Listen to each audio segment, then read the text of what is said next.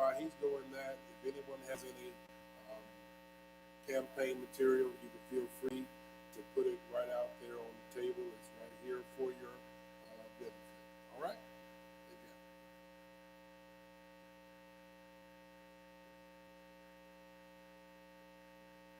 Thank you for being here tonight. I'm Adam Reagan. I'm the Director of Elections here in Gaston County. I always tell people when Dr. Crawford calls, I take his calls. Okay? That doesn't happen a lot, but a lot of times I let him go to voicemail. But I will answer his calls. So, I want to just give you a couple of I've just got a couple of notes here, and we're going to kind of run through it pretty fast. 2019 is actually a preparation election for 2020, where we've got a lot of things going on. But let me talk about 2019. Voter registration deadline is this Friday, October the 11th. So if you're not registered to vote in Gastonia or any of our 13 municipalities in the county, please register to vote. If you register to vote, you'll be able to vote on election day. Now we do have early voting that's going to happen at two locations. One prime location at the Board of Elections office. It begins on Wednesday this year, Wednesday, October the 16th, ends on Friday, November the 1st. So a little bit different times. We don't close on Saturday for this election. We're closing on a Friday. So I said the first site is the Board of Elections office, and then we're having a second site, kind of a joint site with the Cleveland County Board of Elections office, which is over in Kings Mountain at the Patrick Senior Center there. And that's only going to be open for about a week. We're opening that site on Saturday, October 26th through Friday, November 1st. So that's two sites, but our main site is going to be at the Board of Elections office. Board of Elections office is going to be the site Monday through Friday, open 9 a.m. to 6 p.m.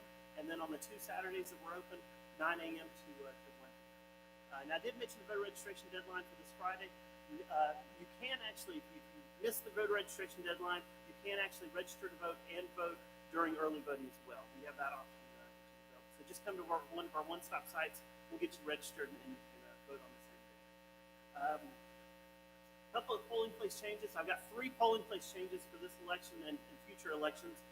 Precinct 2, which is Victory, previously at Lingerfeld Elementary School, it's actually now going to be at the Phillips Community Center. We moved that site. And then also Precinct 8, which is Woodhill, previously at Woodhill Elementary, it's going to be at the Bradley Community Center. And then Precinct 20 for people in Bessemer City, Bessemer City number 1, previously at the Bessemer City High School, it's going to be at the First Baptist Church of Bessemer City. So those are polling place changes for this election. I think this is going to be it for 2020. I don't believe I'm going to change any polling places. So this will be our set. All of our polling places are on our website. You can find them there. And also, there's a lookup feature. If you want to know where you register to vote or where you go to vote on election day, go to the website and it'll get you what you need to know. Okay. Now, 2020. Okay. There's back in the table in the back. I have some voter registration forms and also some other flyers. You'll see this flyer back here. In 2020, photo ID is required for all voters. Okay. If you have a driver's license, that's fine. That's acceptable. A passport, that's acceptable. An approved college or student ID, those are acceptable forms of photo ID. In addition, my office is actually now producing photo IDs for voters. If you're a registered voter and you don't have any one of those forms of identification, just come to my office. I'll make you one. I'll take your picture. Well, I probably won't because I'm not very good at taking pictures. But my staff will take a picture and we'll produce an ID. So you'll all be set to vote in 2020. There are provisions. If you don't come to vote and you don't have a photo ID, you can vote a provisional ballot. That's also acceptable as well. And if you do a provisional ballot and you show your ID before canvass, your vote will be accepted. And that is all I have. Does anybody have any questions? Anything they want to know from the Board of Elections? And I'll let these candidates, because I know they're dying to be up here and speak. Yeah.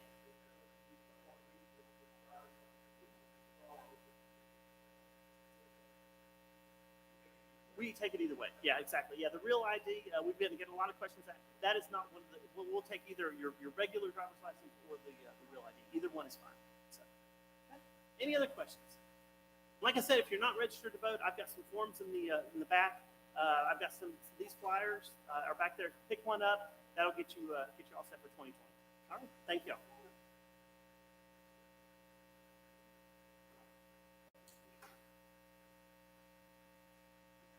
Thank you so much for giving us that information. And please feel free, if you have not registered to vote, please feel free to go ahead and register to vote today, and you can go ahead and get that squared away. As you may mention, the voter deadline is Friday, correct? And you still have time, even after that, to go ahead and register at One Stop Voting. So please make sure when you tell people Friday is the deadline, make sure you tell them they can still register to vote at One Stop Voting. All right? I failed to mention who I am. I'm the head custodian here at Center Baptist. Now, I'm Reverend Dr. Pierre Crawford, the senior pastor here at Center Baptist Church for the last 20 years. And we're thankful for the opportunity to serve here.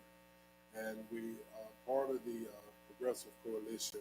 Our leader is not able to make it tonight. That's Reverend Greg Floyd. He actually has to be in Greensboro this week. Something came up where he has to be there. So in his absence, we're pitch hitting for him. I am thankful to have Reverend Jackson here with us, pastor of St. John. And before we ask the candidates to come, since you're in God's house, you know we're going to talk to the Lord. So we're going to ask that Reverend Jackson will come up and lead us in prayer. And then we will ask whichever candidates that would like to come up and just go ahead and state your platform after that. Feel free to come up and see another one coming. Don't run ahead of them. You don't have time.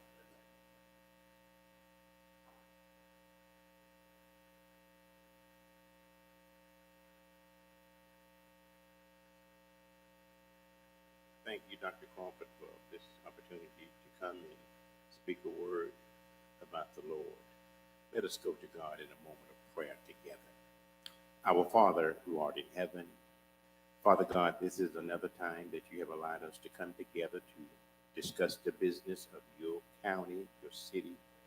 And Father, as a few of us have gathered here today, we pray the things that we do and say will be pleasing in your sight. Now bless each and every one of these candidates who have gathered here today. God, give them words to say. Bless them, Father, with the blessing that they stand in the need of. And bless those who are here and those who may be on their way. In the priceless and precious name of our Lord and Savior, Jesus the Christ, we do pray. Amen.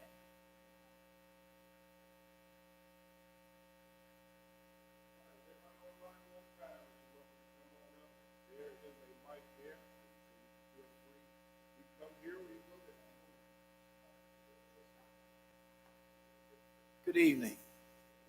My name is Thomas Gillespie, and Dr. Crawford is my pastor. I'm a member here at the Center Baptist Church, but I come tonight to let you know, for those of you who are from Lowell or have relatives in Lowell, that I am running for re-election. I'm currently the mayor pro tem of Lowell, and Lowell is a growing small town. And the only thing that I want those of you to know who may be in our city is that we're doing things along with the county to improve Lowell and to let it grow. For example, we have a $135,000 grant from the state to repair our community center, and many people in Gaston County use our community center in Lowell for many different things, whether it be weddings or picnic or family reunions. So we're part of the county, but Lowell is always extending its hand to reach out to other people in the county. So we have $135,000 to improve our community center and our crosswalk. Also, we received a $335,000 from the state to go to a park that is very, very close to Lowell. We want to claim it, but we can't. It's called Poston Park. We have, we have a beautiful world-class bike trail, what is the trail, where the kids come and compete all over the world. Yeah, and we have a thread trail there where you can run from Lowell to McCannville, all the way back into, up into Gastonia. So we're doing some things to expand not only our town, but to connect with our county. We also received a few months ago a community grant for $750,000 to repair low-income housing. We believe that the money that we pay into the state of Washington, D.C., that goes to Washington, it should come back, and it should be a benefit of the people here. Thank you. Amen. I think I'm preaching, I'm coughing. We also have a community block grant development program that has given with no cost to our taxpayers $2 million to repair an aging sewer infrastructure and upgrade our sewer lift station. And last but not least, our city workers, they usually have to read the water meters by hand. But we're upgrading. We're coming into the 20th century. We're upgrading. We're going to have electronic water meters where they just scan it and they'll be able to just read the gallon that each household uses in the city of Louisville. And if there's a problem, technology is changing things. If there's a problem with somebody's dishwasher, if they're using too many gallons that they have not been using before, it will record this. So what I'm saying is that we're trying to upgrade our little city, and we ask that you just remember Thomas Gillespie, Mayor Pro Tem today. Hope I'll do better tomorrow. But just if you know somebody in Lowell, please tell them to vote for Thomas Gillespie. Thank you very much. And Block Bell is my man. I love you. God bless you. He was there when I got sworn in. He said, Tom, the law won't let me swear you in, but I'll be right there. So those of you who love Lowell, eating the grits and greens and whatever, come on down. And when you're there eating, just say, hey, do you know that guy named Reverend Gillespie? Yeah, vote for him. Thank you. God bless you.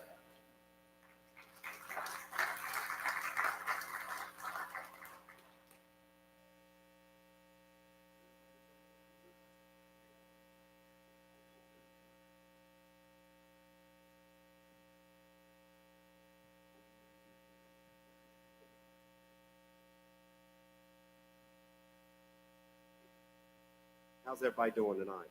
Isn't it good to be in the Lord's house? Amen. First of all, I want to thank the Center Baptist Church for sponsoring this forum tonight. I found out about it just a few days ago, and I was excited. I said, you know, that's good. It's at a church. That's what I wanted. My name is Jeff Bryson. I'm running for Gastonia City Council Ward 3.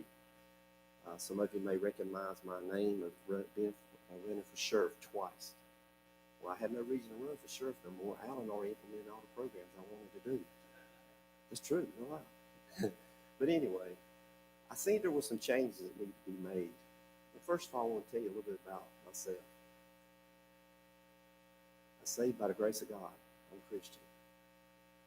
I was born and raised right here in Gastonia, raised in a mill village, Firestone. Graduated from Hunter Huss High in 1979. Huskies. Just had our 40 reunion Saturday night. Just had our 40-year reunion. Had a great time too. I wanted to let you know I've been married for 38 years. I have 2 children, 2 grandchildren. Gastonia is my home. I love Gastonia. I have volunteered so much of my life to Gastonia. Fish Camp Jam, how many people remember that? 16 years was in the making. I was chairman of the last 2 years. I think I missed one out of all those years. And that was some hard work. Some of you people that knows all the civic organization that was involved in. That was for our community. I wanted it to grow and be prosperous. The last 18 years I've been working with my church. We've been feeding the homeless and the needy over Christmas holiday, giving these people something to go home with. And that makes me feel good to say that we're going to do it again this year. This is our 19th year. I mentored for Gaston County Schools for 4 years. I've helped build 4 Habitat homes. So you can see that I'm a community-related person. Like I said before, I love Gastonia, or I would have already moved a long time ago, but I'm not one of those.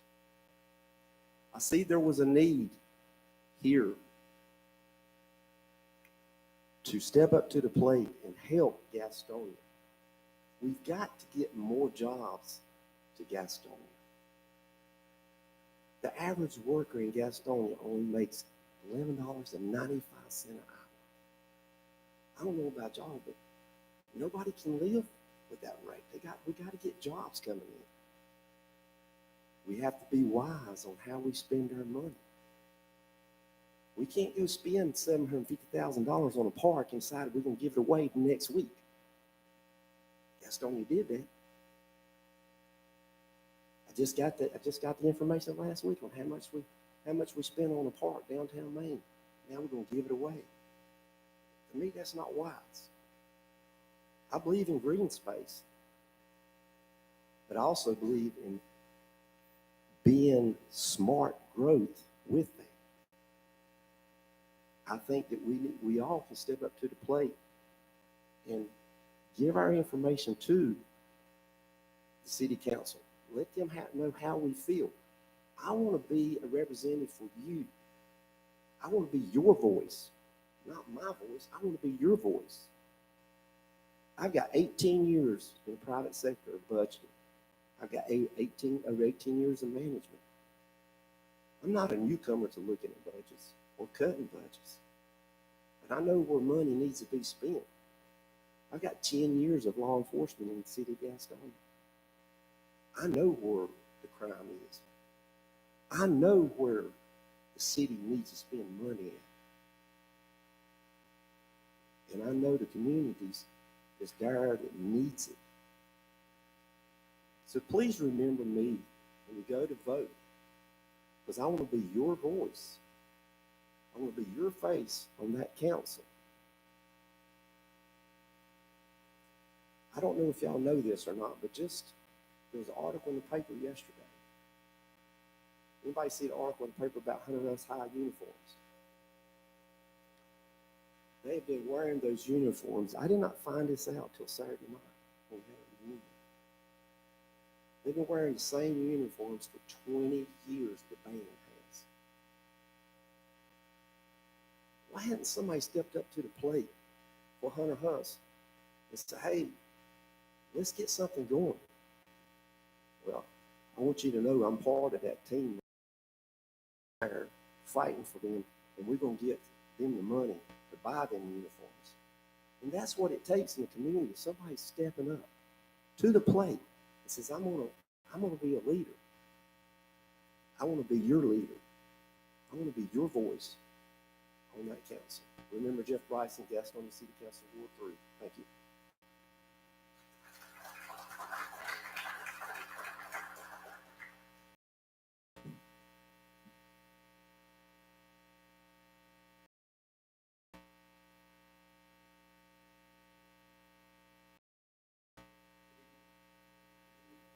My name is Donald Rice.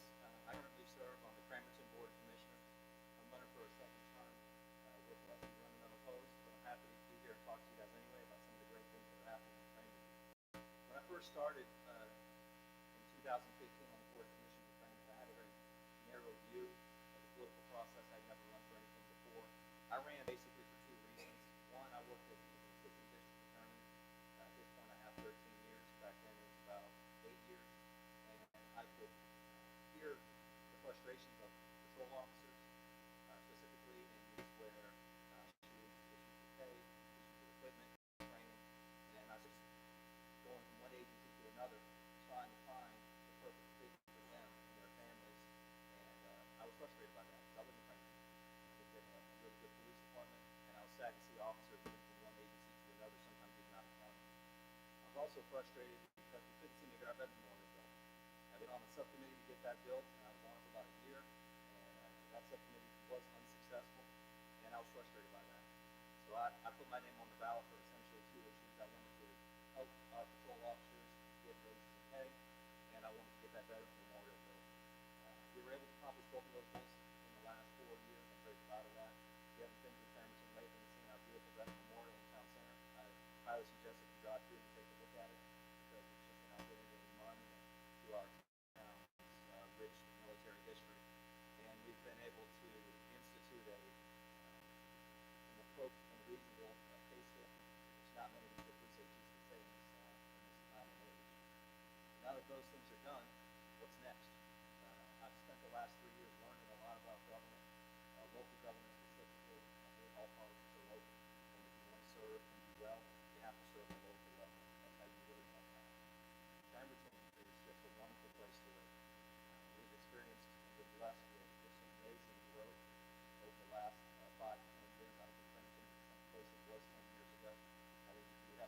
hadn't driven to Framingham in 10 years, it was really much.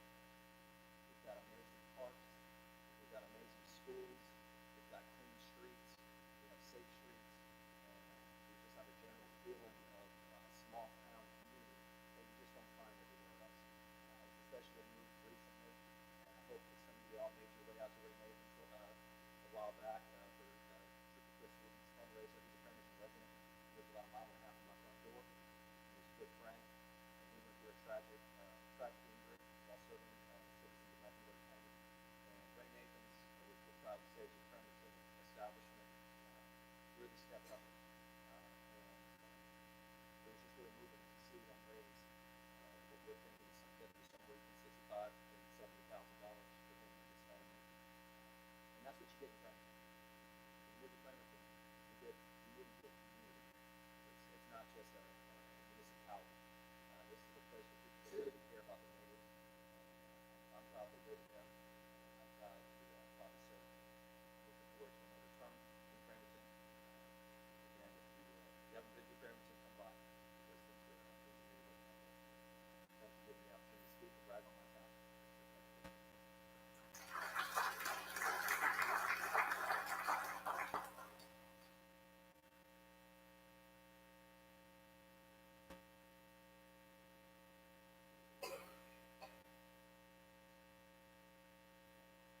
Good evening.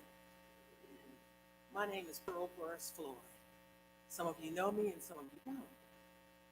But I started a long time ago serving this community, not as an elected official, but as a Girl Scout mom and president of a car school PTA.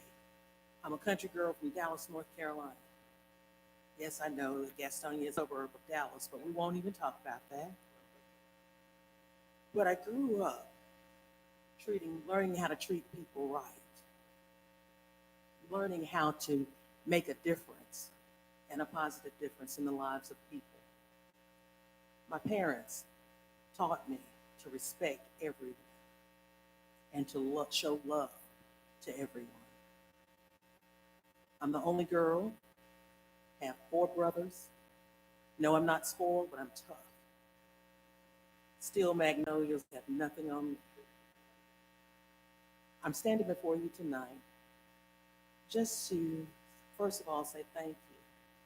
Thank you for allowing me to serve you as a county commissioner, only the 5th woman and the first African American to serve as a commissioner.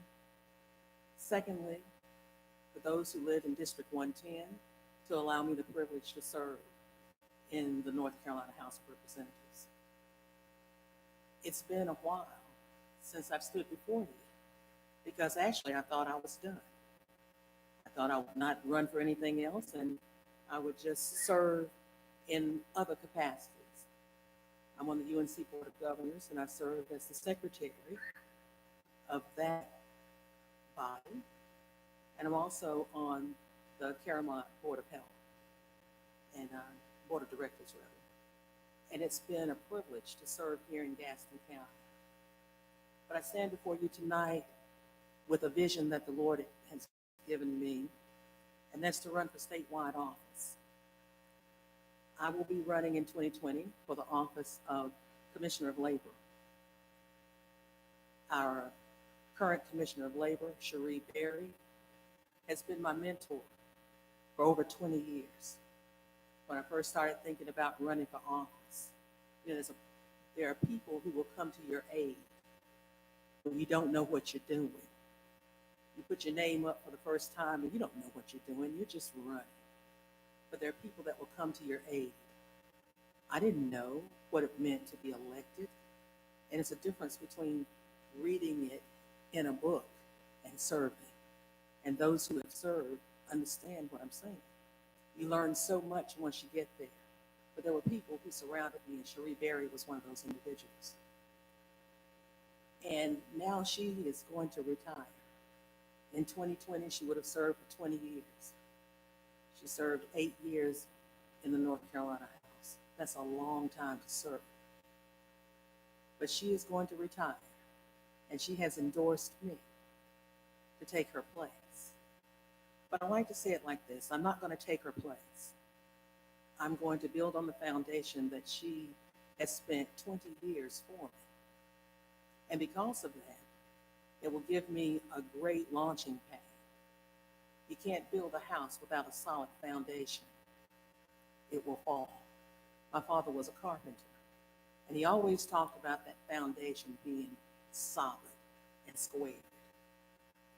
So I'm going to step into a race, and I intend to win and serve admirably. Yes, this is a huge state, but I cut my teeth here in Gaston County. And I've done everything that I could possibly do in Gaston County to serve the citizens of Gaston County well. And at this point in my life, I'm going to do something for the state, to represent the entire state. So I am running hard, even though the election is not until 2020. You can never start too early, right, Candace? You need to get out and shake hands with people and let them know who you are and whose you are. And yes, I am a licensed and ordained Baptist preacher, but I'm not going to preach tonight. I'm just going to talk to you for a few minutes. My mentors are in here who served on my ordination committee. Dr. Crawford, thank you for opening up your church and allowing us to be here. And we have our moderator in the house, Reverend Gillespie, and former moderator, Dr. Daryl Jackson. These men have seen me work in the association as many have seen me work in the community. So I ask tonight that when you're considering your candidate for 2020 for the position of Commissioner of Labor, that one name will come to mind, and that's Pearl. You know me. You know my work ethic. You've seen me in action.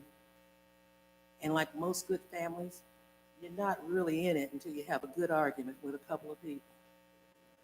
But you don't divorce the family. The family stays together. So I ask my family here tonight to spread the word that you have a Gaston County girl that's going to be on that ballot for a statewide office. And I would appreciate your vote, your prayers, your contributions if you have them. I don't think that anything is too small. This is a large state and there's lots of work to do. And I would love to be there to do it. And yes, you know, Cherie is known as the elevator lady. But we're going to bump that up. I'm going to be your elevator queen. How about that? We're going to bump it up. We're going to bump it up. We're going to take what she has done and build on that. When she started, it was the 20th century. We're now in the 21st century. And we're going to move further into the 21st century. I would like to see us continue to do great things with businesses, to help them to get to the point where they need to be in order to hire more people and keep them safe. You see, this position requires that you understand about the health of workers all across the state. My background as a cancer detection specialist, as a inspector of laboratories and hospitals, will give me the opportunity to know exactly what to do. And it's not a gotcha. It's a let's help you get through this. Because we need large and small businesses to keep us working and to keep our economy strong. The last thing, and I'm going to take my seat. The safety extends to where we live, work, play, and entertain. That means every ride at a carnival, at a fair, it has to be inspected. That's a huge part. Any construction site has to be inspected. Those cranes that loom large over our heads and over our buildings. That's part of this position, as well as wage and salary disputes and other things. I hope to be in front of you again in the coming months to tell you more about my plan. If you want to read about me, my website is up. It's pearl4nc.com. pearlfornc.com. Thank you so very much. May God richly bless you, bless our county, and bless the great state of North Carolina. Thank you.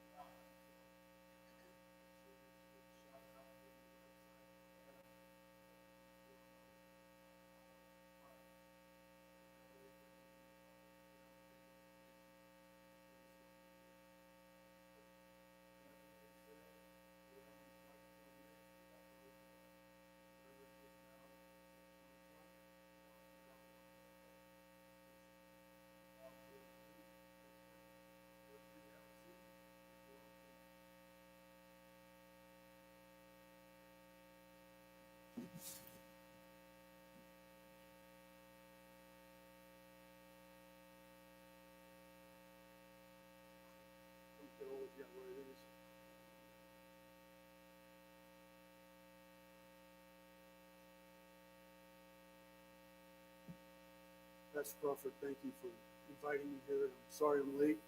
I was at my community watch. They were having also a forum as well, and they've had it since I got elected. And I just make it a point to go see them, and I just thank you for allowing me to be here. My name is Jim Gallagher. My wife is Charmaine over here. We've been married 33 years. This past Friday, we went to Web Custom Kitchen and we had a celebration, which was awesome. And a lot of people ask me, she's still with me? Why would she? But no, Charmaine's beautiful. We are privileged and proud to have raised our family here in Gastonia for almost 30 years. I love this town and I love this community. And I'm running to keep Gastonia a place where families can be successful, safe, and for them to always know that they have a voice on their city council. Our city is at crossroads. We are surrounded by growth and expansion. And what we choose to do next will determine our course for years to come. I firmly believe that we need to be good stewards of what God has entrusted us. That is our land, our resources, and our community's standard of living. Like all of you, I want to see downtown thrive. And we truly have incredible potential.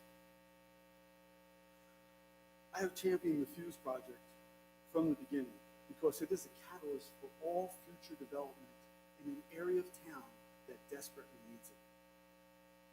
And I'm pleased to say that we're already seeing the fruits of our project. We have 3 investors. One who's going to purchase the Trenton Mill.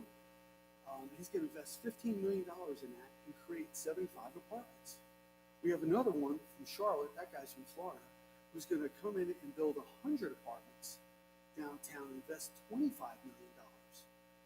And just recently, we had a hotel that wants to put in right next to the conference center where that flashy signs at. They want to invest $15 million in that. $5 million. Yes, I know Fuse, the Ball Stadium, is $24 million. But this is private money. This is when's the last time we had $55 million come into downtown Gastonia? It wasn't last year, it wasn't a few years ago. I'm talking decades. This is a game changer. This is going to be awesome for our town. Yeah, I know the city council's been, we helping people open up businesses and they close, they open, they close. And, this is going to change it all because what's going to happen is businesses are going to open up to service the people that live there. Because right now, if you go downtown, it's a ghost town. The only way it'll change is if we have people living downtown. And once that happens, the shops are going to start opening up. You'll see coffee shops, you'll see restaurants, you'll see all type of different shops opening up. I mean, in 2 years' time, we might have 300 people living downtown Gastonia. And that is a game changer. I just want to let you know a little finish up with this. Fuse is achieving the vision we all have for our downtown as a place where people can live, work, and play. Just give you a few ideas. I've been on the city council since 2011, and I just want to let you know a few things I've done since I've been here. One, I've created and passed a balanced budget every year I served in office. During my tenure, we have been able to build our fund balance, or emergency balance, or rainy day fund balance, whatever you want to call it. From back in 2011, it was at 8.2 million, and it went up, and it's now at 20.1 million dollars. That's an increase of 145%, and that's awesome. If we have a major water main break or something, we're going to be able to afford that. We're going to be able to fix it with no problem. We hired a new management team. I know everybody hates this word, but I got to say it. It's not that word. Gastonia Conference Center. There, I said it. We hired a new management team for the conference center, and we cut our losses from $300,000 down to this year $19,000. That is a decrease. That's a huge savings. It's 95% savings. And if you, one other thing about the conference center, if you have not stayed in a hotel, you have not paid for the conference center. It's being paid by the hotel motel tax. None of our tax dollars, our property taxes, are going towards it. So I just want to let you know. I did not vote for the thing, but I went back and made sure that we fixed and got this right with the good management company there. Here's something that's awesome. I worked to give residential electricity's customers, that's what everybody is in Gastonia, a 0% increase in electric rates since 2014. And last year, we were able to decrease the electric rates for residential customers by 2.5%. That is the first time that has ever happened. You can go back as far as you want. It's the first time it's ever happened in decreased rates. I received a certificate of recognition by the Gaston County School Board for working with the Gaston Arts Downtown Committee to display high school student art.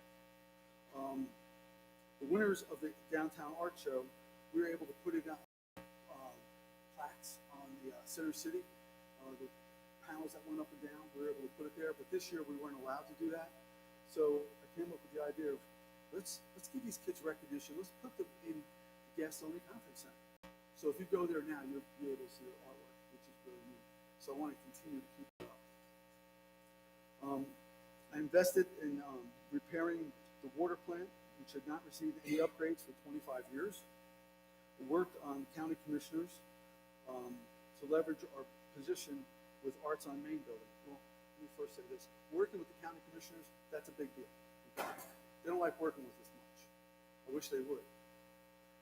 The Arts on Main building downtown, we received it free and clear from them and was valued at $200,000. A few years later, we sold it to the guy that owns Web Custom Kitchen for $250,000. That's awesome because we put it back on the tax rolls. I also continuously work to get city streets repaved. And I'm proud to report that we, in the last 4 years, we've repaved 60 streets within the city of Gastonia. And if you know of a street that needs to be repaved, see me after the meeting, and I'll do what I can to get it done and on the list, okay? I established 6 bus shelters. I don't know why, but Pastor, yeah, one right out there. He asked for one, we got him. Kathy Cloninger started it all. She goes, Jim, I need one at the women's shelter. I said, well, sure, it sounds like a fair request. And she goes, Jim, I've been trying to get it there for 6 years. I got it there in 3 months. I was like, shouldn't have taken that long. But I've gotten 6 other shelters. One's by the, another problem one was over by the Walmart. That was tough, but we got that in there as well. I was instrumental in getting sidewalks on Medina Street so kids could ride their bikes to Bradley Center and not get hit by a car. Because that Medina Street is really dangerous. I worked to get the splash pad at Irwin Center. Kids love it. Helped to get new playground equipment at Smyers Park and IC Falls Park. And every year at Christmas, the Christmas parade, I invite the teacher of the year to come with me to ride on a fire truck. But that's not it. That's not the best best part, because I don't know if anybody knows who the teacher of the year is. So I'm like, come on, and bring your students. Oh, those kids, they're so happy. They love throwing candy out. We don't get halfway through the parade and we're out of candy. It's awesome. Let me see, since I've been on city council, we have added 7 new companies, which have brought in, we have 500 new employees. Those are up in the tech park. Those are Lanxess, Owings Corning, CTL, Dixon Quick Coupling, Archie, Repeat, and Rocheland. Most of them are foreign country companies. But they're just some of the things I've done over the years. I hope I've earned your trust while serving on the city council, and I hope that on the bigger issues that have faced the city, you know where I stood, because I like to write articles in the paper, and you stood with me. I want to continue earning your trust over the next 4 years. I am proud to be supported by my friends, my family, and my neighbors who love this city and want to see it thrive as much as I do. My name is Jim Gallagher. I'm running for Ward 3, and I would love your vote. Thank you very much.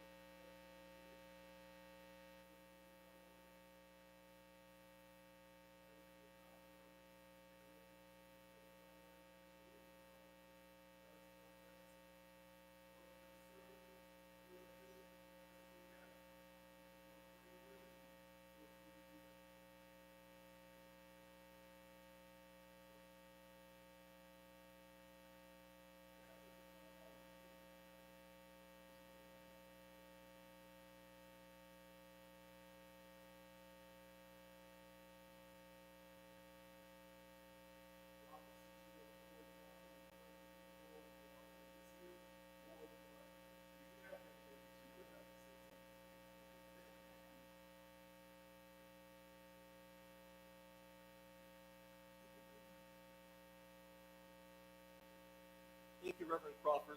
First of all, yes, I am Robert Kellogg, and I'm not running for anything this year. I am so glad to just be here to be a part of what's going on out here. It's a lot different being out here and watching it from the other side. Thank you for inviting me to know that it's happening tonight. I do represent Ward 1, but all of your city council members actually represent the whole city. So any issues, concerns, problems, challenges you may have, get in touch with one of us, because we can always either find the answer out for you. If we don't know how to do something, if we don't have the answers, we can go to our city staff, we can go to somebody within the city and get that information to you as quickly as possible. I really don't have anything else to add, other than Ward 1 is a great place. A lot of things happening in Ward 1, a lot of things happening in our city. So please continue to reach out to us. We're here for you. We are not here to promote any kind of platform or to tell you all what to do, but we are here to listen to you all. So just let us know what you need, and I appreciate the opportunity to be here. Thank you, Reverend Crawford.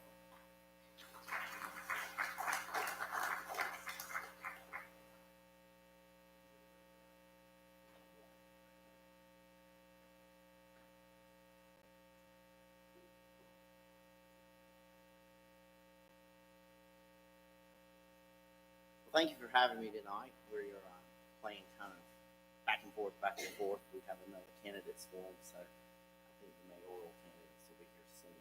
My name is Todd Pearsall, and I'm currently your city council representative for Ward 4, and I'm running for re-election. I'm proud of the work we've done in Ward 4. When I first got elected, Ward 4 was, I always say, the stepchild of the city. We had the lowest income. We were losing population. The only ward to lose population. Mill jobs were gone. We had no economic development. It was in a sad state. But I moved here from Charlotte, raised and lived most of my life in Charlotte, and I had a choice when I was moving away from Charlotte, a choice of where I wanted to go. I looked at several places, Concord, Kannapolis. I looked at Huntersville. And in the end, I made the decision to come to Gastonia. because I saw the potential that was there. I saw what we could actually become, and I knew we could do it. So I bought a house in Ward 4 against the advice of several of the real estate agents here, which I'm in real estate too. And I knew it wasn't the best area, but it could become the best area. And I'm proud to say we have almost $100 million of investment coming to Ward 4. We have the Fuse District, which is Ward 4. We have the Kuster Company coming from Charlotte to build 100 apartments downtown. That's in Ward 4. We have the Tech Park, which is Ward 4. We filled it. We're now working with the county to buy new land to expand it. This is jobs for our citizens. One of the main things I advocate for is housing. In Ward 4, most of the housing was dilapidated. Any of our renters were forced to live in what I consider substandard homes. We had non-present landlords out of state, some even out of country, that didn't care.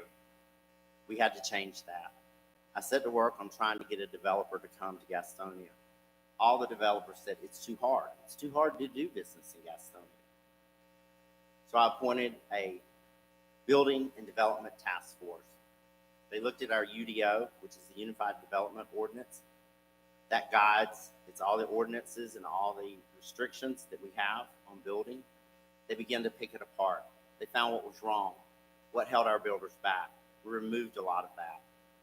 Now I'm proud to say we have a developer that is building probably up to 25 new homes, market rate, nice homes. It'll be for sale. If you can't afford a new home, we have help for you there too. We have the down payment assistance program through Gastonia that will help you get into a home as a homeowner, not a renter. This is the first new construction of this scale in Ward 4 for residential building in over 40 years. I'm extremely, extremely proud of that. It's giving people in Ward 4 hope. They see the potential now. We're all working together for it. I'm proud of the fact that I was chairman of the MPO and advocated and fought for the widening of I-85. One of the reasons that Gaston County's been held back. We only have 2 major arteries that lead in and out of the county. Well, one of those is going to get widened to make it a little bit easier. I had to fight with Cleveland and Lincoln County to get the money, but we got it, and it's getting widened, and I'm proud of that. Some of the other accomplishments, I'm sure some of the candidates have mentioned Fuse. I was at the very first meeting with Fuse. We're in the upstairs conference room of City Hall. Some of the different department heads were there, city manager. All of those positions have changed, but the vision for Fuse has not. And I'm proud to say I'm one of the ones that was there to see it through. We envisioned something for the community, something we could say, we believe in ourselves. We are investing in ourselves because we believe. And in turn, now we have a developer that's going to build 85 units in Trenton Mill. We now have a hotel that wants to connect to our conference center. And the conference center brings up the last point I want to make. When I was elected, the conference center was brand new. I was able to go to the grand opening. It wasn't a bad idea. We needed space to meet. We needed public space like that. But it was poorly thought out as far as management. We had a city manager that thought future debt was the way to grow Gastonia. Pay later, he thought. He was wrong. I had to make one of the hardest decisions I've ever made in my life. In my very first city council meeting, he was a father. But his vision for Gastonia was wrong. People's lives and livelihoods were at stake. So we hired a new city manager. So to speak, we rewrited the vision. On paper, you'll see even better. The new company we hired said they'd break even in 5 years. They're so good, they did it in 3. So I applaud them and their efforts. But those are the kind of hard decisions you make when you're on city council. They're not easy. Sometimes you wonder when you fire a husband, a father, was it right? But you also have to remember there's 75,000 people counting on you and your decisions, and you have to do what is right by them. I can make those decisions. I have a proven track record. We're growing. We're excited about the growth. And I'm proud to say I've been there from the beginning to see this growth. I would appreciate your vote to to reelect me in Ward 4 so that I continue my vision, our vision. I can't say that I've done it all. It takes 4 votes to do anything on the council. That's one thing you'll hear from a lot of candidates. I'm gonna. No, you're not. You got to be able to work with the others to get it done. It takes 4 votes. It may be your vision, but you've got to convince others that it's the right vision. And if you can't, maybe you need to relook at your vision. But right now, my vision has come true. Ward 4 is a shining example of development and growth. We're on our way. So I'm asking you to let me continue with that and reelect me in Ward 4. Again, my name is Todd Pearsall, and I appreciate you letting me be here tonight.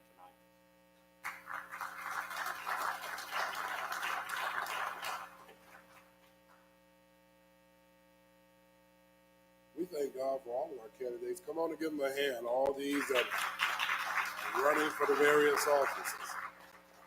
And as I had made mention earlier, there'll be candidates coming in from various forms and people will be coming in.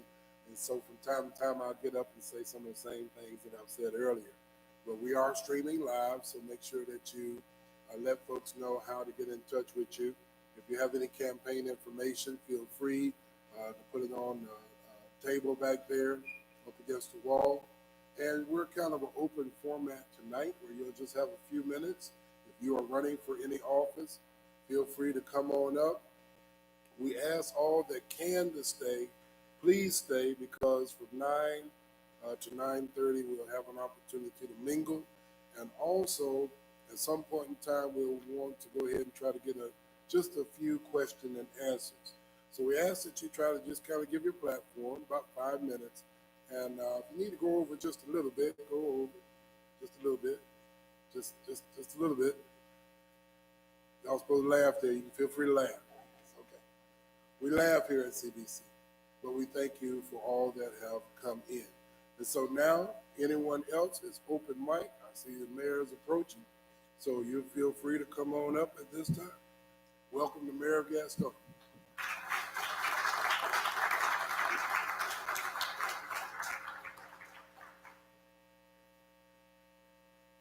Good evening, everyone.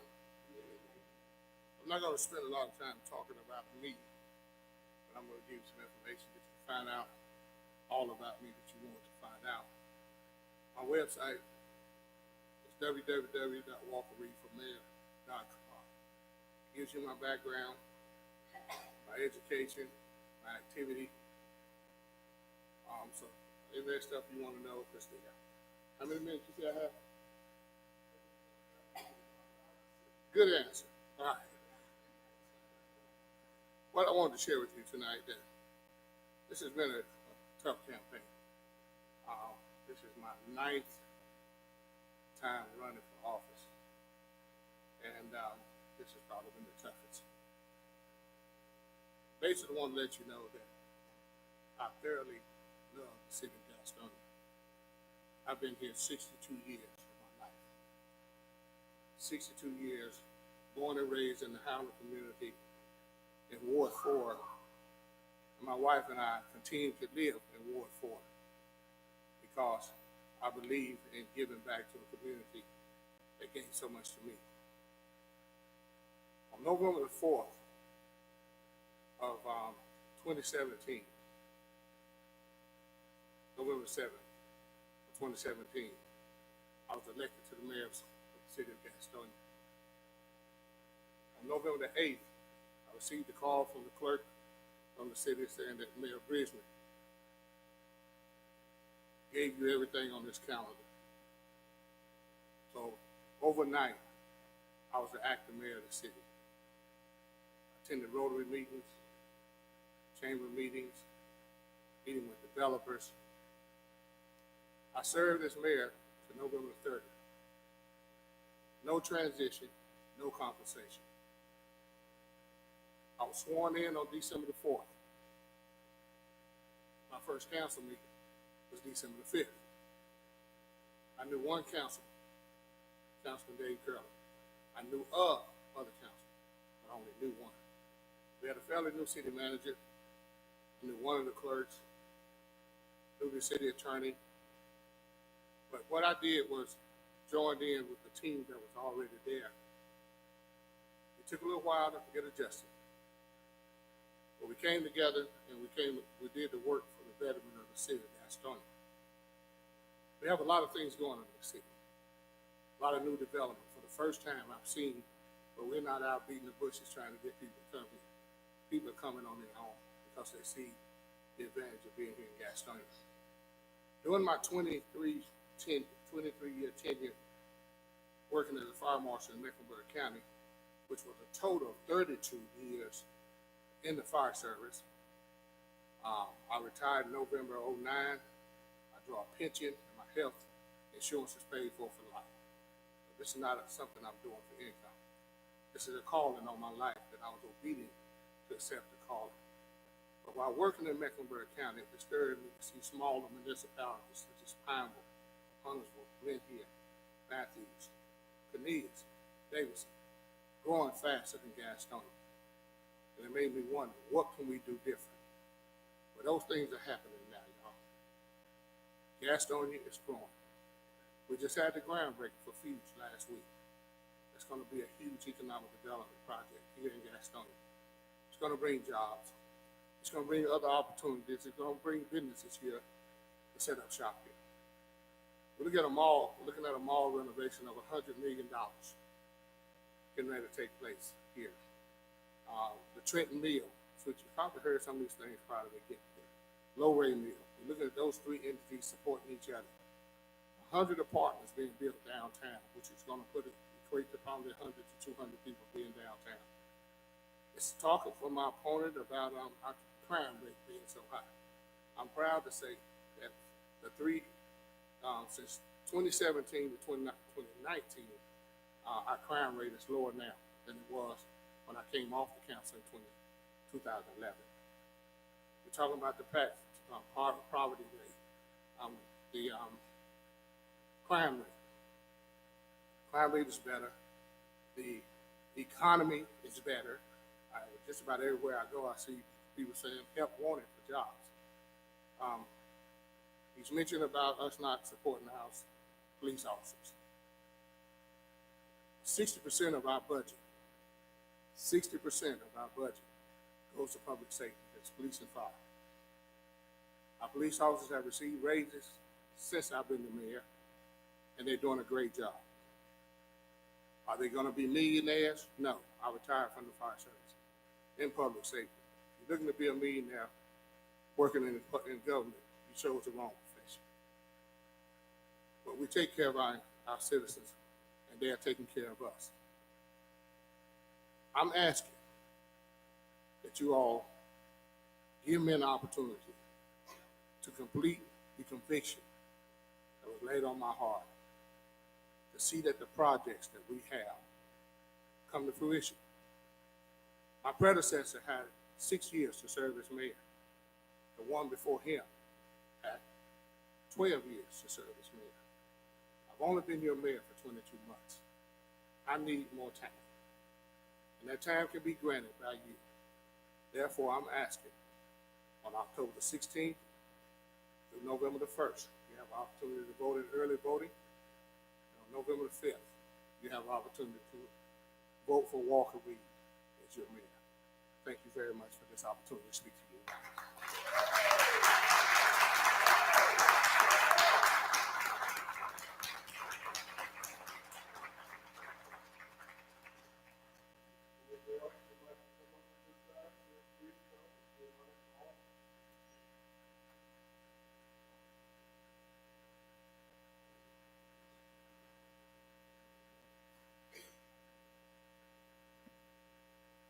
Putting that down a little bit. Good evening, everyone. My name is Danielle Barber, and I am running for Ward 6 for City Council here in Gastonia. I was born and raised here in Gastonia, and I was actually born and raised in the Highland community, which I'm honored to serve and work in the Highland community now. However, for the last 23 years, I've been living in Ward 6 in the Myrtle School area. The South Myrtle School area. Love my community so much that when I went away for college, I came back, returned back because I wanted to serve my community to make it better. Believe so much in Ward 6 that I built a home in Ward 6, and I've been there for the last 23 years. And sad to say, it still looks a lot like it did 23 years ago. And I'm looking for the opportunity to do a lot of things that I've been able to do in Ward 4, working and serving in that community, listening to residents of that community, working alongside of the residents of that community, and advocating for projects and things to build up that community. I want to do those same things in Ward 6. And I know it can be done. Again, when you partner with people, and when you listen to the voices of the community, and you go to the systems, or you go through the proper channels to advocate for what's needed, it can be done. And I'm looking for the opportunity to do that. I'm concerned about the health of our community.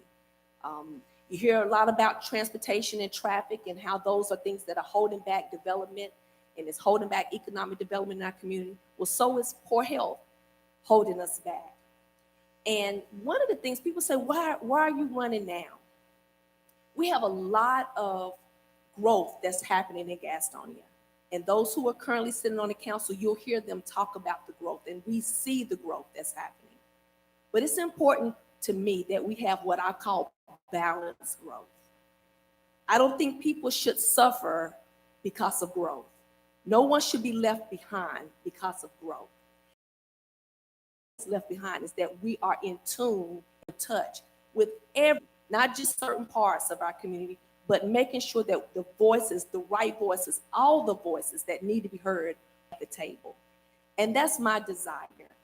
I know that there are opportunities for affordable housing, even in a lot of these apartment buildings that we're looking to build in Gastonia.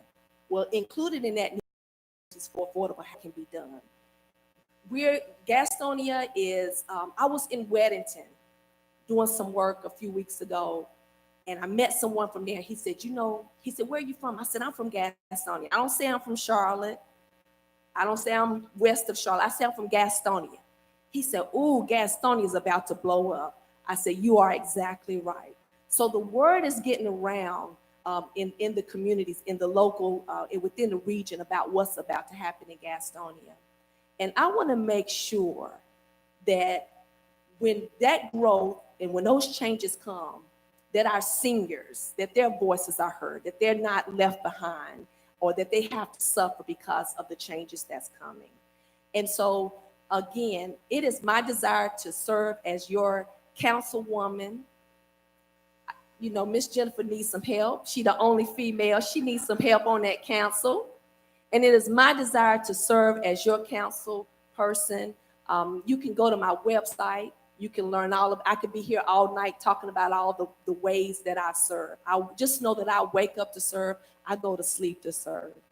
That's where I get my fuel and my energy, because I realize that too much is given, much is required. And God has blessed me tremendously. He's allowed me to travel the country to learn the different things and the ways that people are developing their communities and creating thriving communities.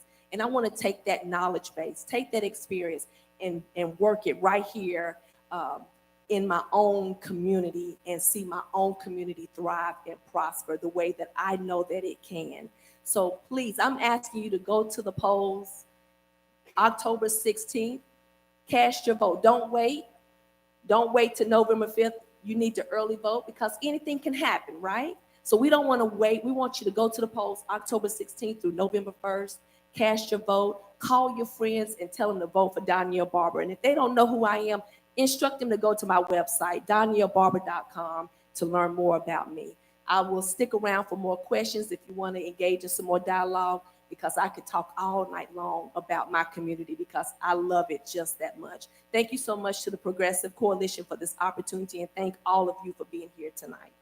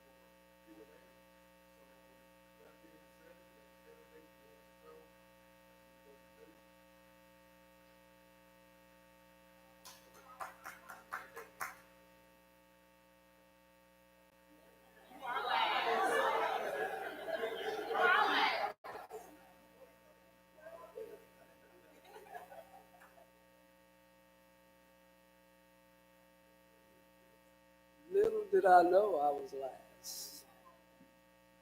My name again is Charles Odom. I am a born citizen of Gastonia, born and raised here. Attended Ashbrook High School, Green Wave, blood run green. But we're struggling now, but still, hey, I'm a Green Wave, die hard. I'd like to come to you tonight just to kind of introduce myself and tell you a little bit about myself. I served as a deacon at Emmanuel Missionary Baptist Church for over 25 years. There I served and learned a lot about service. One of the most important things I learned was an example Jesus gave when he talked about humility and stewardship and service. And he took to wash the feet of his disciples.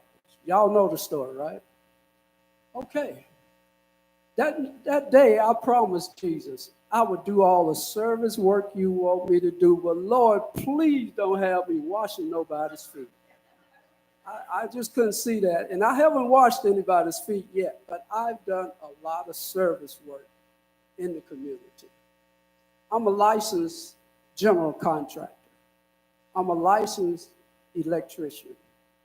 I'm a licensed commercial plumber.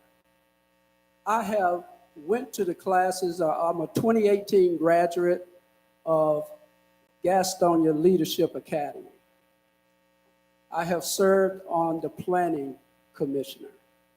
I have served also as a housing authority board member. A lot of people don't know these things about me, but I have done due process to be in this position today to serve. I like to call myself a servant leader. I like to call myself a tender warrior. Most people say, well, Charles, you're pretty laid back. Are you sure you want to go at this? But when you describe a tender warrior, he's harmless as a lamb, but he could be vicious as a tiger whenever that time needs to take place. So I can be a voice for my community. And I heard a lot of things. I wasn't here for the other presentations, but I hear a lot of stuff like Ward 4, the Wicks. What's the name of Wicks? Is Homer right now. But how long that's been there? Did they just build it? It seems like it's been there a long time for me. How do you take credit for something that's already been there? A lot of credit has been taken. Downtown. A lot of focus has been put downtown, which is needed. Granted, it has. It has needed a lot of attention. But then when I go to the community that I was raised in, Ward 4, and look around and see how the underserved community there, it tears at my heart when somebody wants to jump on the bandwagon and say, I've done this, I've done that. And we have suffered for 8 years in Ward 4. It tears at me. But then we got housing started. I clawed, I scratched till we got somebody there. I don't like that. So I want to be the candidate that, yes, I will roll up my sleeves and fight for the things of all communities, not just Ward 4 community, but every community, to try to make sure that everybody has the things that they need in their community, and they vary. Every community is not the same. It's just like having children. Your children all do not have the same needs, right? All of you who have children would say, some of them needs this, some of them needs that. Some of them don't need anything. They just go right along with the program as you instruct. Good kids. But then some of them stray away from that. Communities are like that. But we need to not neglect them because they have a little struggle here or there. But we need to give them the tools that they need to raise us all up. I heard somebody say it takes a village to raise a child. It takes all of us to raise this community. And we got to work together. It's time out for sowing discord among board members and among council members. We got to do better than that. And I'm the person that can do better than that. So, from what I said tonight, I need your vote on November 5th. Charles Odom, Ward 4, City Council. Thank you.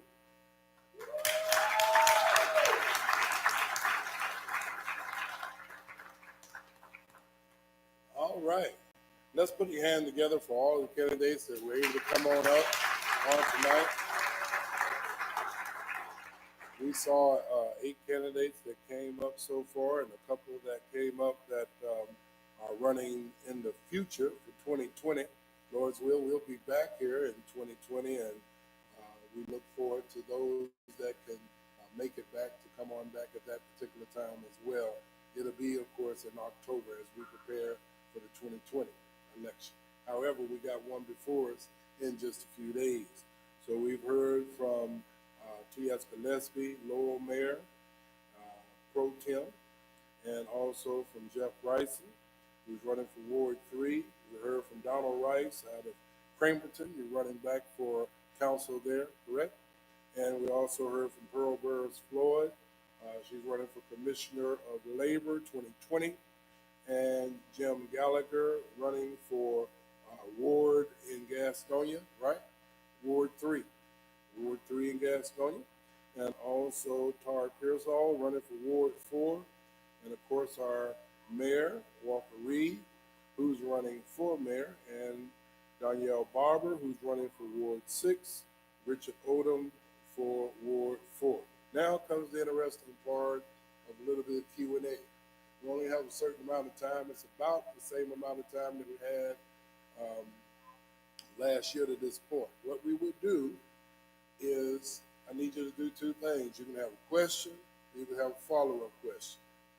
You can come to either mic on this side or that side. You can't have a campaign speech with a question. We can't get everything fixed with a question. You have time to go ahead and get a question. Make sure it is a question. Did I say make sure it's a question? Make sure it's a question. And then you have time for a follow-up question and a candidate of your choice. I just made mention of those that are here, and you can look around, of course, and see some that are here.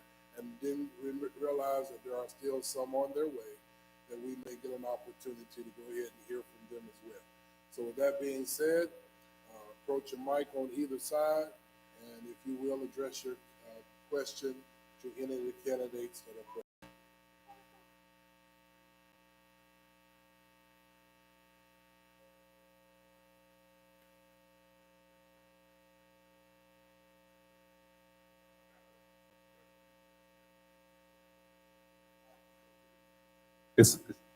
I don't know who addressed it to. I got a buddy of mine. He just got out of prison. He did 10 years. He been out for 2 years, and every time he applied for an apartment, he get denied because of criminal background. That there's a process or a plan or somewhere he can go to find housing. He been staying with his mother, and his mother gave him a time frame to be out the house, but he having trouble finding housing because of his criminal background. So if there's something, a program that's available that he can apply for, or something that he could do to find housing. Anybody want to address that? I'll bring the mic to you. Or you can come up. That's a tough one, and I'm gonna be honest with you. And there really are no programs, so that's a gap in our community that needs to be filled. So I did housing for 12 years and know the complications with those type of issues. And typically it takes, of course, having that family support and earning that trust of that family support to kind of keep yourself on a straight and narrow, for those 2 years. If you go to a management company, most management companies are not going to want to work with you depending on what's on your criminal background check. What I would encourage is to find a local private owner.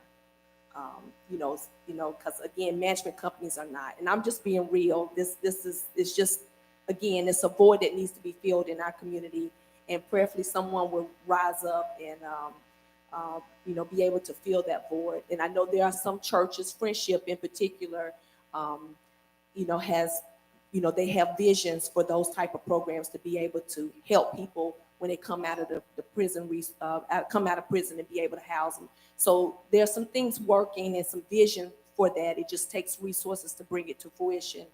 But the best advice I could give is to find a local, someone who privately owns a place, and basically present themselves. That person can present themselves to that local owner in hopes to be able to find housing. That's a challenge. That's a challenge in our community.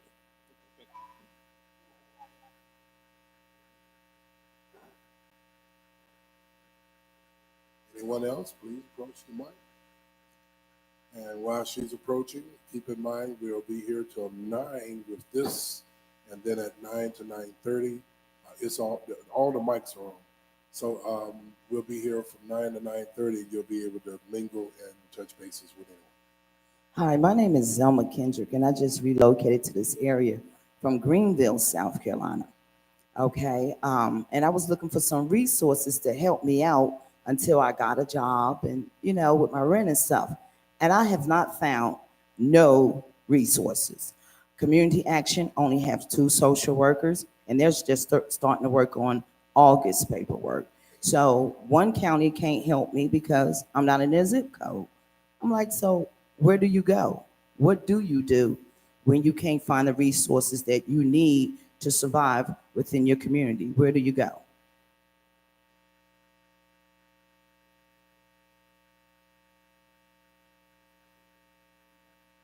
Hi, I'm Jim Gallagher. I'm one of the city councilmen here on Ward 3. There's a guy out there, his name is Dwayne Burks. Dwayne Burks works at the YMCA, and he set up this network where people who cannot find certain ways, certain avenues like you're struggling with, that they can call Dwayne, and you'll be able to, he'll put you in contact with certain people within the county, within the city, and they're going to be able to help you with what you need.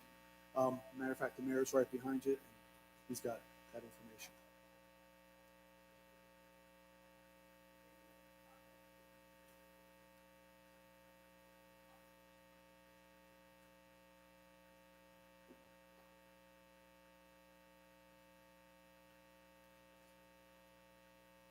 So my question is for all of the candidates that spoke. I am a mother of an autistic son, and it has been super hard in Gaston County for me to find resources for him.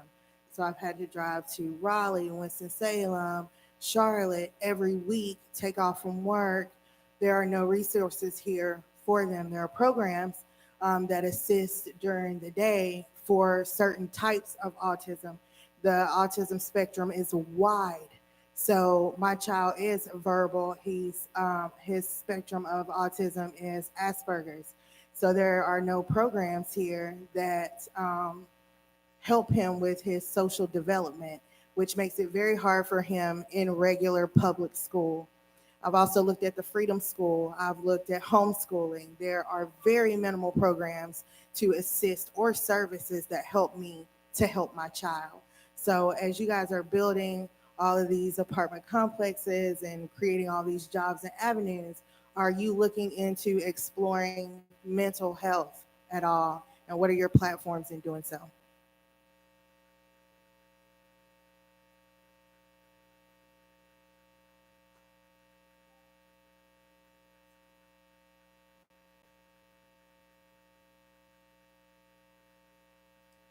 Everybody's kind of looking around, and the bad news is I don't think any of us have a platform for mental health. Unfortunately, the city is not involved in that type of social work. All that comes from the county level. All of the funding filters down from federal and state programs through the county. And it's not touched at the city level in any way. We have no programs, no plans in place. And have to say that. I really am, because I understand your problem. It's just not something that's dealt with as low as the city level. And that's why all the candidates are kind of looking at each other, because we're like, that's out of our realm. So unfortunately, that would be a question for our county commissioners. But I'm more than happy to relay that up and let them know that there are concerns and a lack of programs, and maybe that's something that they can get started in our social programs. But I'm more than thank you for your question.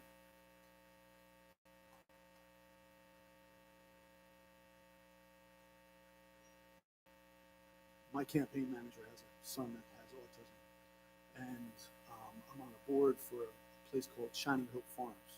They're out in Mount Holly, and what they do is this thing called hippotherapy.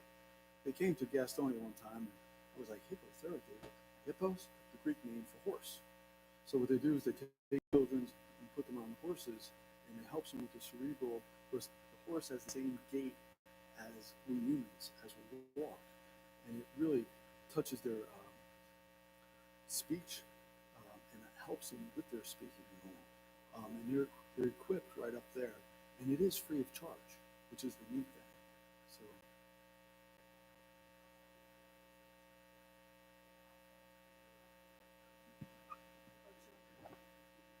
Yes, I'm sorry.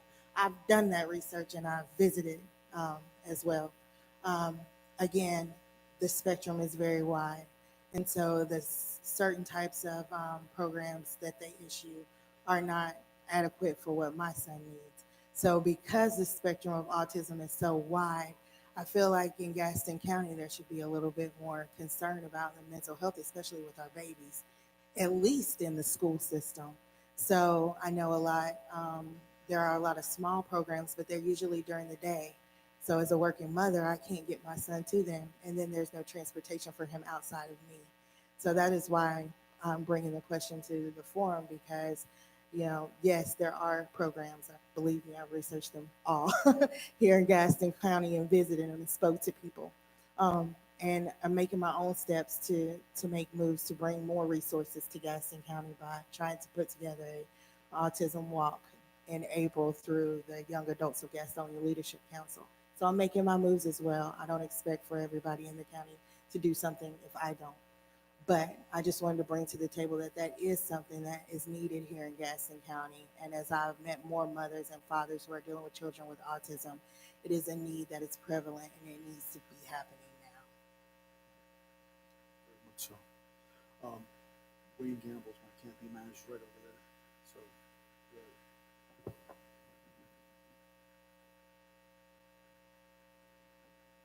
While we're waiting on the next person to come up and ask a question, you can approach the mic while I'm talking if there's someone here with another question for any of the candidates. But while we're waiting on that, it's good that we're here, because what happened is the candidates gets a chance to hear your concerns, and they can get a chance to sometime address them to county commissioners, sometime to also the school board and things of this nature, in addition to what you're already doing. So we thank you for bringing any question that you may have. A candidate may or may not be able to answer tonight, but at least you got it out there, and I appreciate you. Hi. I was just wondering, where's the other candidate that's running for mayor? Is he here tonight? If nobody else I can speak to that. I called Kim Price is his name.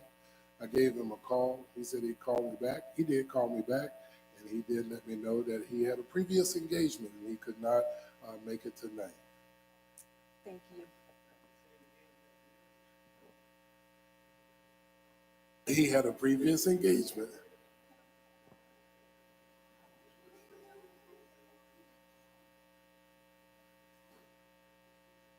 Good evening.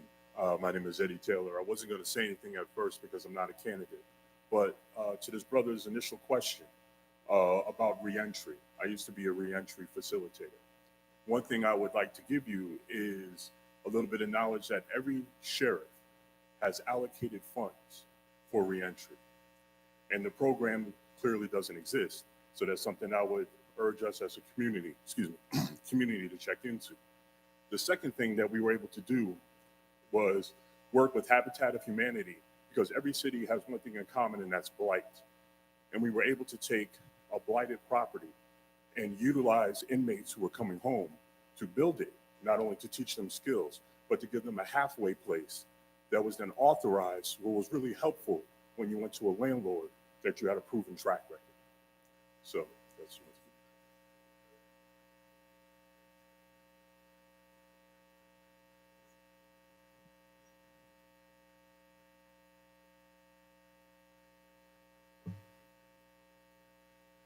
This message, this question is actually specifically for one of the candidates, Tucker Soft. And I'm asking this for the Gaston Progressives United group. When you first ran 6 years ago, you ran as an independent. You kind of catered and pandered to the Tea Party, and I know because I was there and I watched this. Since then, you flipped and registered as a Democrat, and that's fine. I finally registered as a Democrat myself over a year and a half ago. Since that time, I haven't seen you at one monthly meeting, one committee or auxiliary meeting, fundraiser, fund banking, nothing. And since then, you've even personally attacked one fellow Democrat in the newspaper. So what the group wants to know is, where do you stand now, and why should we believe you?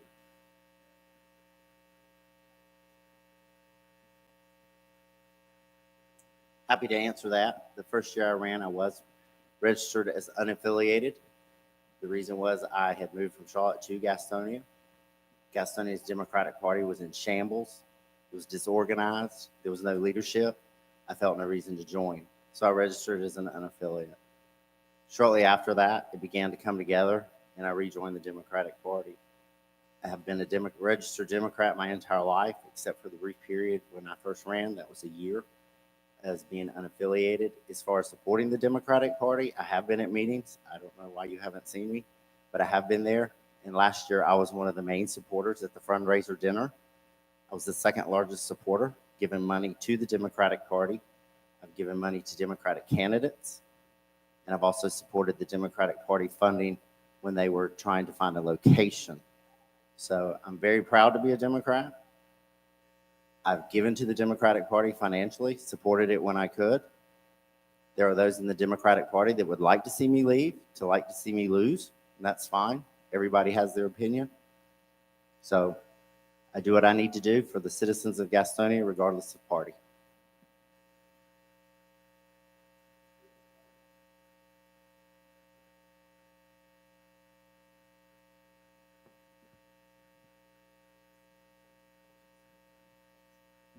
I already know your opponent's answer to this because we've already talked about it. But I wanted to ask about affordable housing. And I know that in your community right now, you have helped a developer to get the school to turn it into apartments. And a lot of your neighbors are really, really upset about that because they're afraid their home value is going up, going to, of course, increase their tax value, and they can't afford that. Now, we have the same problem at the Fuse area. So I know that he will, but would you be willing to support legislation that would prevent gentrification of families that have been in that area for so long? When their tax value goes up and they can't afford it.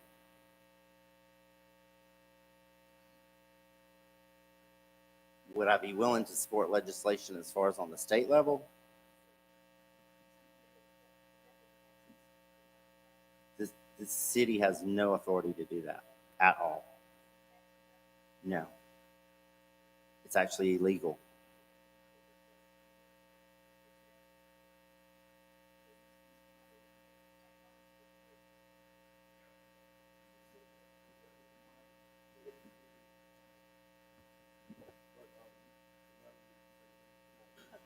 Can you think of anything else that the council can do to help protect people that have been in these homes for years in these older neighborhoods that can't afford when their taxes go up because of property values increasing?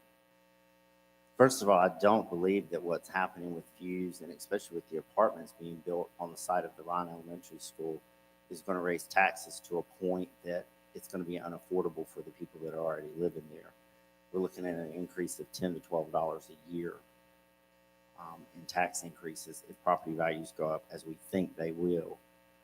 One of the things you're asking, though, is in Ward 4, We have been economically depressed for a very, very long time. You cannot put all of the lower income residents of a city in one ward and expect it to ever do anything. We won't get development if property values don't go up a little bit. We won't get anything. One of the big struggles in our neighborhood is for a grocery store. And the mayor can attest to this. He worked on it for years. Hard. He worked on it hard. Every grocery store, whether it's independent or retail, came in and did the economic study and said there was not income to support a grocery store. So there has to be some gentrification.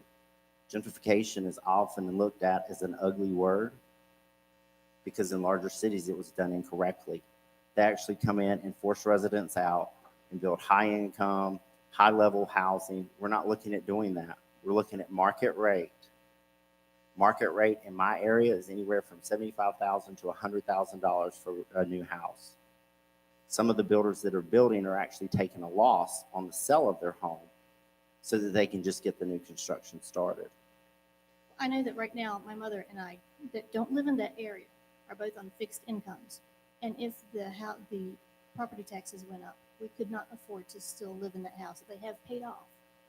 That's what I'm worried about happening to the people in the Fourth Ward, in Highland, and all the communities that are going to be affected by this. And I don't know what else can be done.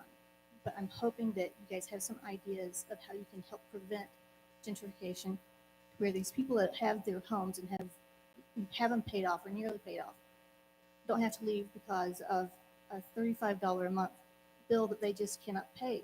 I've seen it happen. What would be $35 a month? If taxes go up that much. The taxes aren't paid a month, they're paid a year. Okay. My mistake. Still, it does happen. I mean, people that live on fixed income, seriously, it's fixed. It doesn't go anywhere. There's no room for a little bit of extra. So those are the people that we're concerned about not having any recourse. You're taking one problem and saying that we have low-income people and they can't afford it, but we want all of these other services. No, we're not saying that the low-income people need to go anywhere. I'm saying let them stay where they are. That's what I'm saying. You're saying you want the low-income to stay where they are, but you want all of these services. All of the services say we're not going to come until we see some different mix of income come in. Yeah, just rid of all the poor people. It's not get rid of all the poor people. I will argue that all day long. Okay. And I don't pretend to know what the answers are. I don't. But I would like to see you guys continue to work towards creative solutions. We try with creative solutions. We're given funding from the federal government through HUD. Unfortunately, it's not enough, but we're able to build 3 to 4 new homes a year that we sell to low-income residents. They go through a special financial program. We have a down payment assistance program with the city of Gastonia. If you live in your home for 5 years, that debt is forgiven. And these are programs to help people purchase homes. And that's one of the problems we have in the neighborhood. It's not just the homeowners. The majority of Ward 4 is actually rental. It's almost 70% rental. And a lot of these landlords are absentee. They don't care about the tenants. They don't care about the houses. They're charging rates that you see over in Charlotte for a house that has a leaky roof, holes in the floor. That sounds like a slumlord. Is there something It that you can is. do about that? There are slumlords, and yes, and that's been one of my missions. We've torn down more houses since I've been on city council than in the history. I suppose it's okay.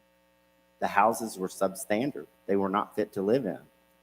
Or maybe you can have regulations that require the landlords to keep them to a point. We do have those regulations, and if they don't Well, follow they're them, not being enforced because they're not enforced downtown with those buildings. commercial is a whole different animal. The state legislature prevents us from going after commercial property. Commercial properties get away with murder, and that's on the state level.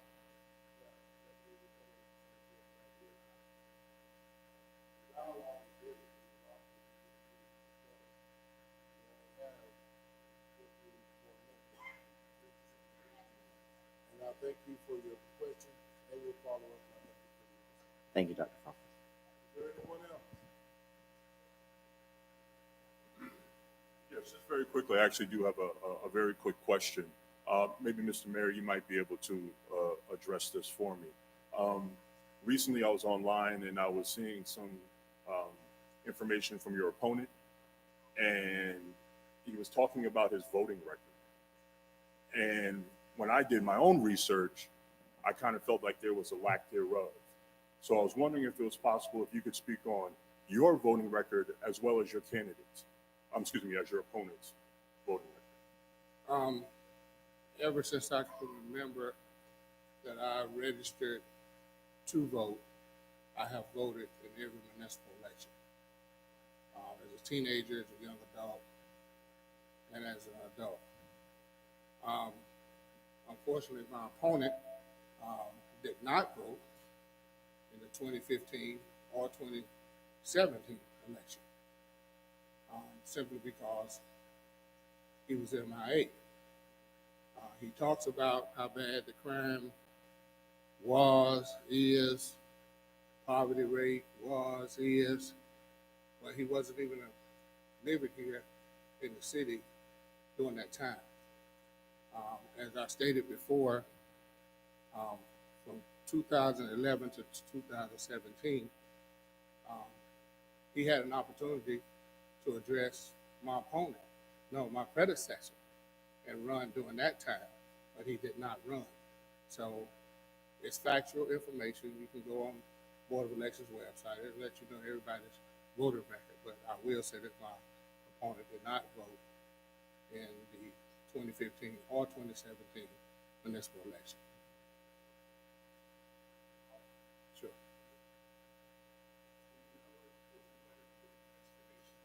I'm mind boggled. How do you run for mayor and you don't even vote in your own city? Well, it's out there on social media. I don't know whether anybody else asked him why he didn't vote, but it should be a concern. So I just let the record speak for itself. Thank you.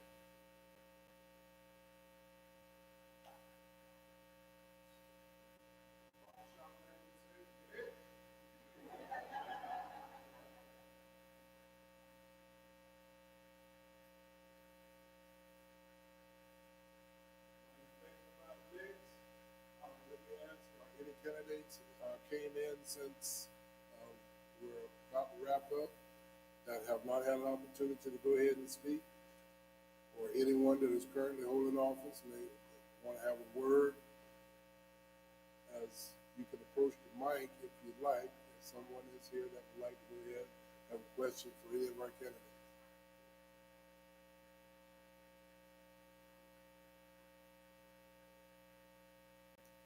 All right. We're just checking. Going once, going twice.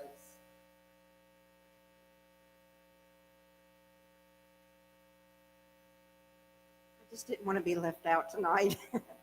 Since I'm not a candidate this time, but am holding office, and since all my colleagues that are here tonight have spoken, I just wanted to take a minute to thank you for your support over the years.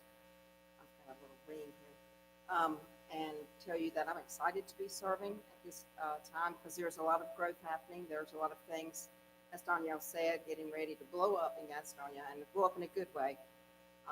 We're at a crossroads, as has already been mentioned.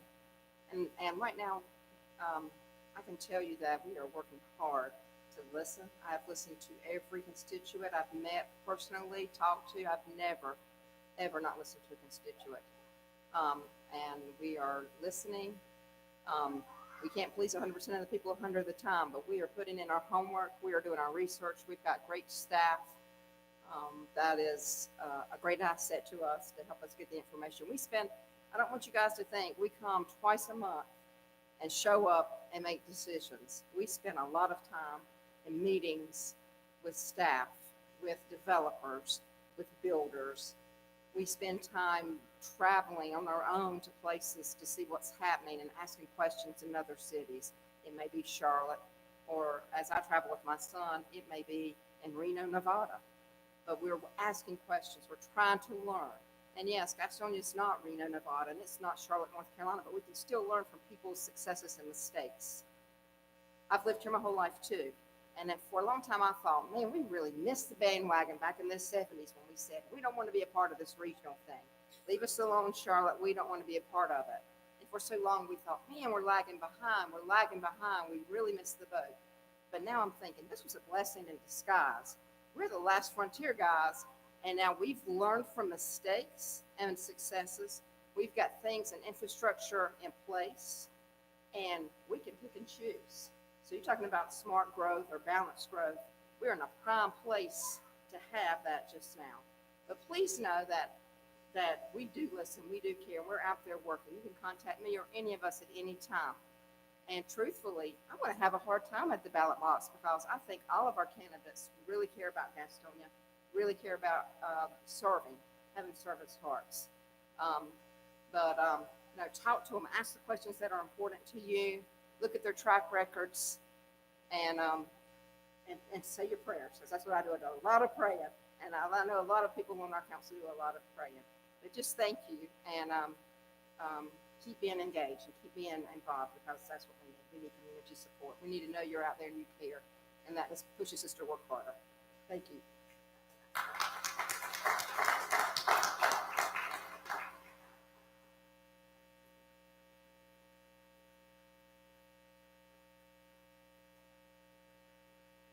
Thing I would like to add, as the mayor of the city of Gastonia,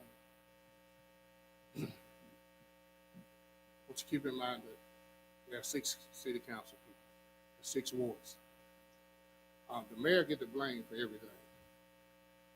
But the mayor get to vote the least. Listen to what I just told you. The mayor get the blame for everything, but the mayor gets to vote the least. The city council has its responsibilities. The county commissioners have their responsibilities. The school board have their responsibilities. Please educate yourselves on their duties in this county. I often get calls, or we often get calls that has absolutely nothing to do with what we do. And we get blamed for not doing nothing because we can't do that. So please keep that in mind when you start blaming and finger pointing and accusing that the mayor is only one person. The mayor only votes when there's a tie. The mayor leads the meeting and try to keep a cohesive council to do the work of the city. So when you have people telling you that Mayor Reed didn't do this, Mayor Reed didn't do that, I have nothing to do with school lunches. Okay? I have nothing to do with county officers chasing to a residential neighborhood. Okay? So when you hear people making those type comments, first of all, it makes me feel bad. It makes them look bad. And then they go on social media and put all these things out there about what didn't happen.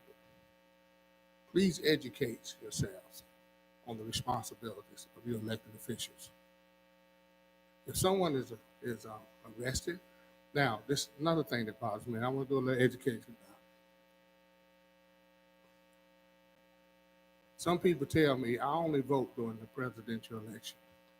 I don't know whether they tell me that to show me how intelligent they are, but I don't take it that way. You calling me complaining about your child in school or your son that was arrested or some services that you were denied. The sheriff is an elected official. The DA is an elected official. The judges are elected officials.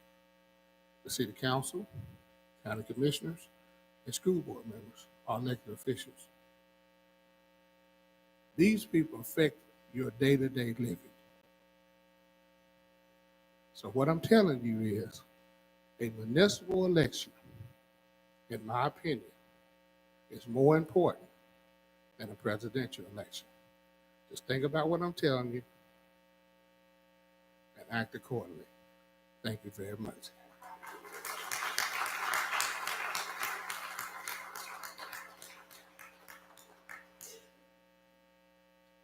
Well, we we have 4 minutes, so we have time for just one or two more, and we just want to give you opportunity. And we thank each and every one for all of the comments while we're waiting to see if anyone wants to approach the mic. And we thank God for this forum. And if there's anything that we can do as far as Cass County Progressive Coalition, our goal is my role in there is just political action. And all I want to do is try to make sure that the people get a chance to hear those that are running for office and get a chance, those that are running for office get a chance to engage with those that you want their vote. So that's my goal, and that's what I do in that particular format. And then since I got the keys here, since I'm the head custodian, I like to open the doors and try to give a venue for that to happen. So if there's anything that we can do at Progressive, if there's anything we can do at here at Center Baptist Church, we're easy to find. So just let us know. And while I'm up at Poor Frogwood and Praise His Own Pond, feel free to check us out on Wednesdays here for Bible study. As also, feel free to check us out on Sunday. We have 2 services, 2 Bible studies. Any more information, you can look us up on cbcgnc.org. And that's just simply Center Baptist Church, Gastonia, North Carolina. You can plug that in, and you'll probably be able to get a link. I'm talking to the production ministry as I'm saying this. You'll probably be able to get a link to be able to look at what we've done tonight. Yes, I'm getting thumbs up. So production ministry, if you go to cbcgnc.org, you'll be able to get a link so that you can see what was done tonight. Are there any other questions, any thoughts, comments, concerns?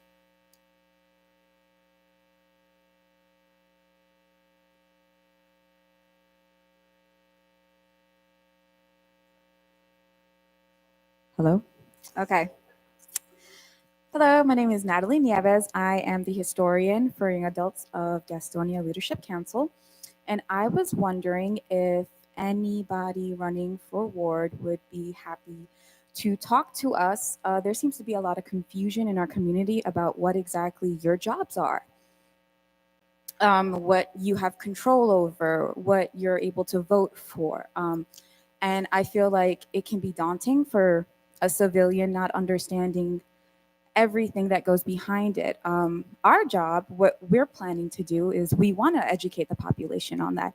We want to be able to direct and kind of be a liaison between you and these concerned citizens so you can actually do your job and we'll get the brunt of it. So yeah, is anybody willing to work with us, educate us, help the community? The mayor would love to. I'm sure Robert Kellogg, Jennifer Stepp, Todd Pierce, all city. Yeah, just here's my card. You just have to call, and we will definitely be over to help out and give a talk and let you know what we do and how we do it. And I'm Jim. Say that again, Mr. Mayor. Have we? Okay, well.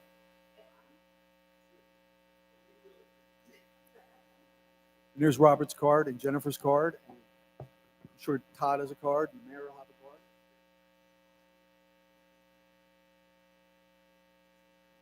All right.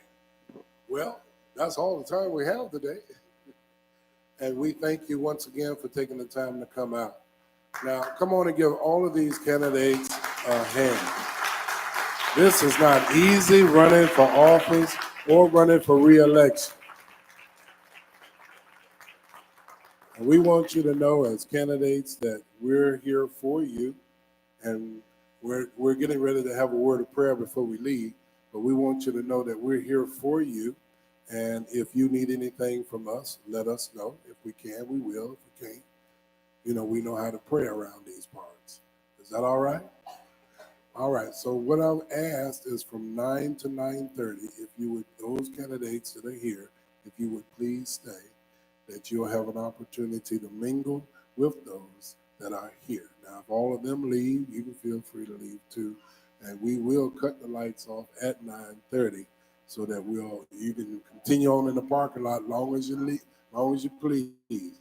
But at 9:30, we will cut it off. And the reason we do that is because people have things they have to do, and we want to that they're free to leave if you just got to go. But we want to give you that opportunity. Is that all right? Thank you once again for coming. Thank you for those that have been watching on our social media and on live stream. And we pray that you have been enlightened by all that has been shared here. Look for us again next year here in October for the political forum. We may do something a little bit earlier because we understand primary is March. Is that right? So we may go ahead and do something just a little bit earlier because of the primary, but we'll keep you informed, most of all by social media. Everybody good? All hearts and minds are clear? Let us bow our heads. Father, we thank you for those of us that have made it out here tonight, and for those that have been watching and streaming online. We pray now, Lord, for each one of these candidates that are running. Show them what to do and what not to do. Likewise, show us what to do and what not to do as well. We need you, and we can't do this without you. And Lord, we know that in a politically setting that some are not supposed to call upon various names or name whatever deity that you call to, but since you built this house, I have to call on the name of Jesus. So whoever calls on whatever name they want to call, feel free to call. But as for me and my house, we'll serve the Lord. So we thank you, Lord, for giving us the keys to open up the doors here. And we thank you, Lord, for blessing us to be here. Now keep us safe as we leave this place, but never from your presence. And it is in Jesus' name that I pray. And as God's children, we said amen. Do me a favor. Show everybody you're not mean. Hug somebody. Tell them you're glad.